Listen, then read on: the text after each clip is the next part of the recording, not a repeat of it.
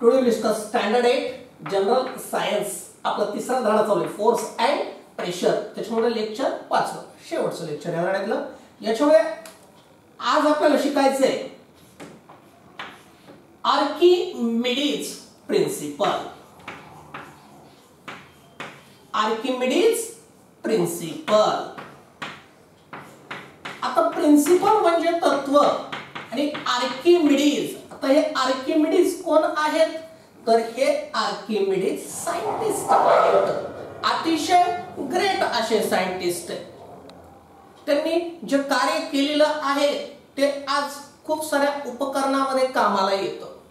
हे Archimedes principal शिकवण्याच्या अगोदर हे आपल्याला एक छोटासा प्रयोग सांगितलेला आहे इथं पान क्रमांक 20 वर. तो प्रयोग पहिल्यांदा तुम्हाला इकडे फळ्याच्या उजव्या बाजूला दाखवतो. काय आहे? Take empty container. हे कोणतं कंटेनर आहे? एम्प्टी. एम्प्टी म्हणजे अगदी रिकामा असं कंटेनर आहे आणि त्याच्यामध्ये काय केलंय एक छोटासा स्टोन आणि त्या स्टोनला काय बांधलेला आहे? रबर बँड बांधलेला आहे. काय बांधलाय? रबर बँड बांधलाय. रबर बँड असतो ना आपल्या घरी, हो तो बांधलेला आहे. रबर बँड, मोठा रबर बँड असतो ना आपल्याकडे असं गोल. त्याला काय करायचं? मधून कट करायचं. मग ते रबराची अशी दोरा तयार झाल्यासारखा होतो आणि छोटासा दगड घ्यायचा. आपण घरी सुद्धा प्रयोग करू शकतो. काय फार जास्त पैसे लागणार नाही त्याला. रबर बँड्स आपल्या घरी असतातच. दगड आणायचा छोटासा, त्यालाही पैसे लागत नाहीत. आणि एम्प्टी कंटेनर आपल्या घरामधले गंज भगुनी एम्प्टी कंटेनर. आणि काय करायचं? पहिल्यांदा रबर बँड त्या दगडाला, छोट्याशा दगडाला असं एकदम छोटा नाही, थोडासा एवढा घ्यायचं गोटीसारखा आणि त्याला रबर बँड बांधायचं आणि त्या एम्प्टी कंटेनर मध्ये असं आपल्या हाताने सोडायचं की काय होईल? त्या दगडाच्या ओझ्यानं रबर बँड काय होईल? ताणल्या जाईल. रबर बँड काय होईल? ताणल्या जाईल. आणि पण ह्या वेळेस कोणता फोर्स ऍक्टिंग आहे स्टोनवर? तर तो ग्रॅव्हिटेशनल फोर्स आहे खालच्या बाजूने, बरोबर आहे की नाही? आणि आता काय करायचं? आपल्या घरी भावंडाला कोणी असं तर म्हणायचं आता लेंथ मोज. ती जे हातापासून दगडापर्यंत रबर बँडची काय मोज? लेंथ मोज. तेवढे आपल्या तुमचं जे मेजरिंग स्केल असतं कंपासमध्ये त्याने काय केलं? लेंथ त्याची मोजली आणि ती लेंथ काय केली? पेन्सिलनं लिहून ठेवली. आता परत काय करायचं? परत हेच कंटेनर घ्यायचं. कंटेनर बदलायचं नाही. हेच कंटेनर घ्यायचं. फक्त त्या कंटेनर मध्ये काय करायचं? पाणी टाकायचं. त्या कंटेनर मध्ये काय करायचं? पाणी टाकायचं. हे जो आपण जो काय बहुना गंज जो काय त्या कंटेनर बदलायचा नाही. फक्त त्या कंटेनर बदलायचा नाही, रबर बँड बदलायचा नाही आणि तो स्टोनही बदलायचा नाही. सगळं सेटअप तोच ठेवायचा. फक्त काय करायचं? त्या कंटेनर मध्ये वॉटर म्हणजे पाणी टाकायचं. आणि परत काय करायचं? अगदी पहिली जी लेंथ होती, जिथं हात होता तिथूनच काय करायचं? सोडायचा रबर बँड दगड. तर तो काय होईल? या पद्धतीनं. आणि मग लेंथ मोजायची. हा रबर बँड, हा स्टोन पाण्यामध्ये टाकलं की तर रबर बँडची काय करायची? हातापासून लेंथ मोजायची. ही लेंथ निश्चित कमी असते. ही लेंथ निश्चित कमी असते. असं काय झालं की आपण रिकाम्या कंटेनर मध्ये रबर बँडला स्टोन लावला, त्यावेळेस रबर बँड ताणल्या गेलं आणि त्याची लेंथ जास्त वरली हातापासून स्टोन पर्यंत. त्यावेळेस फक्त ग्रॅव्हिटेशनल फोर्स ऍक्टिंग असतो, तोही खालच्या दिशेनं. आता पाणी टाकल्यावर काय झालं? ज्यावेळेस तो दगड पाण्यामध्ये पडला, ग्रॅव्हिटेशनल फोर्स ऍक्टिंग आहेच, पण त्याच सोबत खालून कोणता एक बुयोंट फोर्स असतो. आपण शिकलो की नाही लास्ट लेक्चर मध्ये? तो बुयोंट फोर्स दगडावर ऍक्ट होतो. तो बुयोंट फोर्स दगडावर ऍक्ट होतो, बरोबर आहे ना? तो बुयोंट फोर्स दगडावर ऍक्ट होतो आणि तो त्या दगडाला वरच्या बाजूने ढकलतो, म्हणून रबर बँडची लेंथ कमी आली.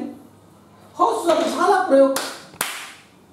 हे तर तुम्ही मागच्याच लेक्चर मध्ये सांगितलं ना. हे तर तुम्ही मागच्याच लेक्चर मध्ये सांगितलंय की ज्या वेळेस एखादा ऑब्जेक्ट पाण्यामध्ये लिक्विडमध्ये डीप केला तर एक अपवर्ड फोर्स त्याच्यावर ऍक्ट होतो, त्याला बुयोंट फोर्स म्हणतात. माहिती ना आम्हाला. मग हा प्रयोग इकडं तुम्ही हेडिंग टाकलं आर्किमिडीज प्रिन्सिपल, इकडं हा प्रयोग तुम्ही केलेला आहे. पण नवीन काय आज क्या सीखने को मिलेगा नया? हो काय नवीन काय? तर नवीन असं आहे की सायंटिस्ट लोकांना अतिशय बाळबोध असे प्रश्न पडतात, अतिशय बालिश. आपल्याला वाटतं हा काय क्वेश्चन आहे काय, पण आर्किमिडीजला पडला होता. कोणता? ते म्हणला ठीक आहे, हे दगड पाण्यामध्ये टाकला, बुयोंट फोर्स त्याच्यावर ऍक्ट झाला. पण आर्किमिडीजला प्रश्न पडला हा बुयोंट फोर्स नेमका किती ऍक्ट झाला, नेमका किती कॅल्क्युलेट करायचा होता साहेबाला. बुयोंट फोर्स काय करायचा होता? कॅल्क्युलेट. हे असेच लोक होते. हे न्यूटन झालं, हे आर्किमिडीज झालं, यांना तो फोर्स काय करायचा होता? कॅल्क्युलेट करायचा होता. ते म्हटले नुसतं असं नाही चालणार की एखादी वस्तू पाण्यामध्ये पूर्ण बुडवली टोटल किंवा अर्धवट बुडवली पार्शियल, त्यावेळेस अपवर्ड फोर्स वरच्या बाजूने फोर्स ऍक्ट झाला. That particular force is called as a buoyant force that we are discuss in last lecture.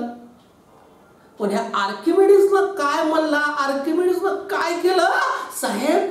हा बुयोंट फोर्स शोधून काढला, बुयोंट फोर्सचं गणित मांडलं. हो, आणि बघावर कसं बालिशपणा आहे की नाही, की एखादी वस्तू पाण्यात पडल्यावर बुयोंट फोर्स त्याच्यावर ऍक्ट होतो. ठीक आहे इथपर्यंत, पण किती किती बुयोंट फोर्स गणित मांडून ते गणित आर्किमिडीजनं मांडलं की एखादी वस्तू पाण्यात पडल्यानंतर त्याच्यावर बुयोंट फोर्स नेमका किती, नेमका बरं का एकदम अचूक करेक्ट नेमका, ते आहे आर्किमिडीज प्रिन्सिपल. म्हणजे आपल्याला इथं काय कळायला पाहिजे की समजा आपल्याला विचारलं की बाबा व्हॉट इज, त्याच्यासाठी हा छोटासा प्रयोग लक्षात घ्या. हे 8वीचं खूप सोप्या पद्धतीनं आपल्याला मोठे मोठे प्रिन्सिपल समजावून सांगितलेले आहेत 8वी मध्ये. तर काय सांगतं आपल्याला, तर आर्किमिडीज प्रिन्सिपल आपल्याला विचारलं कशाशी संबंधित आहे, तर आर्किमिडीज प्रिन्सिपल कशाशी संबंधित आहे, तर इट डिटरमाइन्स, दाखवतं amount of buoyant force, amount of buoyant force acting on object when it is dipped in water totally or partially. पूर्ण बुडालं किंवा अर्धवट बुडाल्यावर ते अमाउंट दाखवतं. आणि त्याच्याशी संबंधित काय आहे, हे आर्किमिडीज प्रिन्सिपल आहे. आणि काय सांगते principle, when an object is, काय सांगते प्रिन्सिपल पहा, मी त्याचं स्टेटमेंट लिहितोय. When an object is partially और टोटली, पार्शली म्हणजे अर्धवट, और टोटली, टोटली म्हणजे संपूर्णपणे, टोटली काय आहे, immersed in a fluid, immersed, immersed म्हणजे बुडवणे, इन अ फ्लुइड, फ्लुइड म्हणजे द्रव पदार्थ. काय होतो वाक्याचा टोटल अर्थ, ज्यावेळेस एखादा ऑब्जेक्ट पार्शली म्हणजे अर्धवट आणि टोटली म्हणजे संपूर्णपणे, इमर्स्ड म्हणजे बुडवला, इन अ फ्लुइड म्हणजे द्रव पदार्थामध्ये बुडवला, त्यावेळेस काय होतं, buoyant force, buoyant force acts on it, acts on it in upward direction, in upward direction. वरच्या डायरेक्शन मध्ये काय होतं, ऍक्ट होतं. हे कितपर्यंत आहे आपण कालच्या लेक्चर मध्ये शिकलो. मात्र याचं पुढचं स्टेटमेंट महत्त्वाचं आहे की जे आर्किमिडीज प्रिन्सिपल म्हणून मानलं जातं ते आहे, this force is equal to, हा गणित मांडलं बघा इथं, this force is equal equal to, हा हे फोर्स नेमका किती आहे ते आता सांगितलेलं आहे आर्किमिडीजनं. This force is equal to weight of fluid, weight of fluid displaced by it.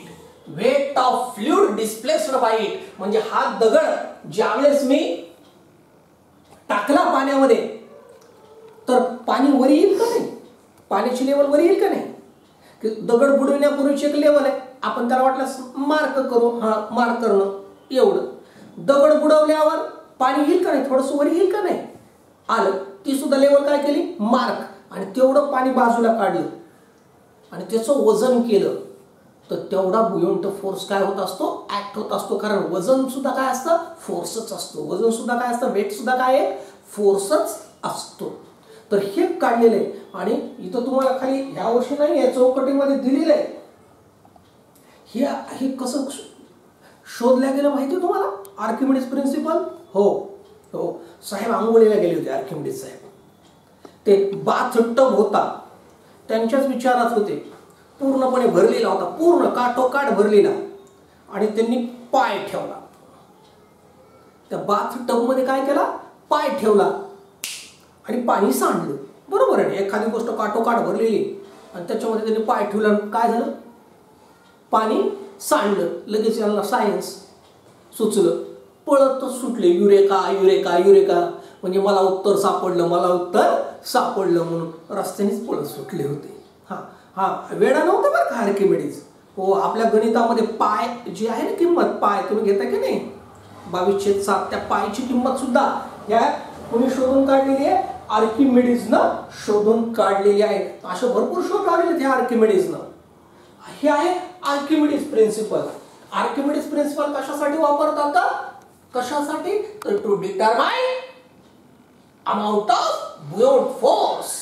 बुयंट force जो आहे तो डिटरमाइन करण्यासाठी, कागदावर त्याची कॅल्क्युलेशन्स करण्यासाठी दाखवला जातो. आणि काय स्टेटमेंट आहे त्याचं, when an object is partially म्हणजे अर्धवट और टोटली संपूर्णपणे immersed in a fluid, buoyant force acts on it in upward direction आणि this force is equal to weight of fluid displaced by object.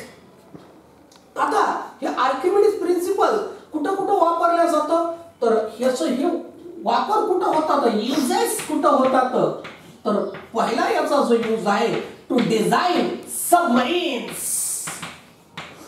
Submarines construct करण्यासाठी, बांधण्यासाठी, design करण्यासाठी या Archimedes प्रिन्सिपलचा वापर होतो. आता सबमरीन, सबमरीन म्हणजे काय असतं, याला मराठीमध्ये पाणबुडी म्हणतात. काय म्हणतात, पाणबुडी. हो, हे पाणबुडीचे वैशिष्ट्य बरं का, हे मोठं जहाज असतं, हे अगदी समुद्राच्या तळाला सुद्धा जाऊन बसतो. पाहिजे तेव्हा समुद्राच्या आतून पोहत जातं आणि पाहिजे तेव्हा समुद्राच्या सरफेस म्हणजे पृष्ठभागावर सुद्धा येतं. इतकं हे काय असतं, खतरनाक जहाज आहे. अशा खतरनाक जहाजाची बांधणी करण्यासाठी कोणाचं प्रिन्सिपल वापरतात, Archimedes principle. This principle is used to construct, construct म्हणजे बांधणी करणे, सबमरीन्स. त्यानंतर अजून काय आहे, लॅक्टोमीटर. एक दुधाची शुद्धता तपासण्यासाठी हे लॅक्टोमीटर नावाचं इन्स्ट्रुमेंट आहे, ते सुद्धा याच्यावर आहे. आणि त्यानंतर हायग्रोमीटर, हे सुद्धा प्युरिटी चेक करण्यासाठी वापरतात. तर असे इन्स्ट्रुमेंट्स, सबमरीन तर जहाज आहे, शिप आहे, आणि हे लॅक्टोमीटर आणि हायग्रोमीटर हे काय आहेत, इन्स्ट्रुमेंट्स आहेत. ते इन्स्ट्रुमेंट्स कन्स्ट्रक्ट करण्यासाठी, बनवण्यासाठी कोणाचा वापर करण्यात येतो, आर्किमिडीज प्रिन्सिपल. आता आपल्याला 2 फॉर्म्युले शिकायचे फक्त, आणि 2 फॉर्म्युले शिकले की काय होतं की आपला हा धडा संपतो. कोणते 2 फॉर्म्युले बघा, डेन्सिटी. डेन्सिटी म्हणजे घनता, डेन्सिटी म्हणजे घनता. काय डेन्सिटीचा फॉर्म्युला, तर आपल्याला फक्त फॉर्म्युला आहे तो आहे mass upon volume. Mass upon volume. Mass म्हणजे वस्तुमान, शब्द पाठ करायचे बघ, आणि व्हॉल्यूम म्हणजे आकारमान. आणि याचं SI युनिट काय आहे? SI म्हणजे इंटरनॅशनल सिस्टम. SI म्हणजे इंटरनॅशनल सिस्टम ऑफ युनिट्स. तर SI युनिट काय आहे? मासचं असतं किलोग्राम, भागिलेचं असतं पर, आणि व्हॉल्यूम आहे मीटर क्यूब. हे काय आहे? डेन्सिटीचं युनिट आहे, किलोग्राम पर मीटर क्यूब. आणि अजून एक आपल्याला फॉर्म्युला आहे, तो आहे रिलेटिव्ह डेन्सिटी. याला सापेक्ष घनता म्हणतात. आणि त्याचा फॉर्म्युला काय? Density of substance. Density of substance divided by density of water.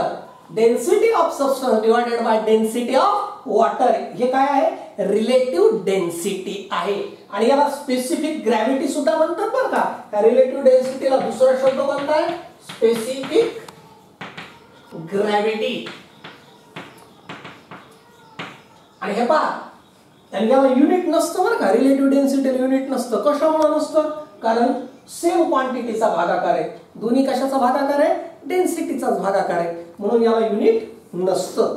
या पद्धतीने आपला हा तिसरा चॅप्टर आज पूर्ण झालेला आहे. थँक्यू.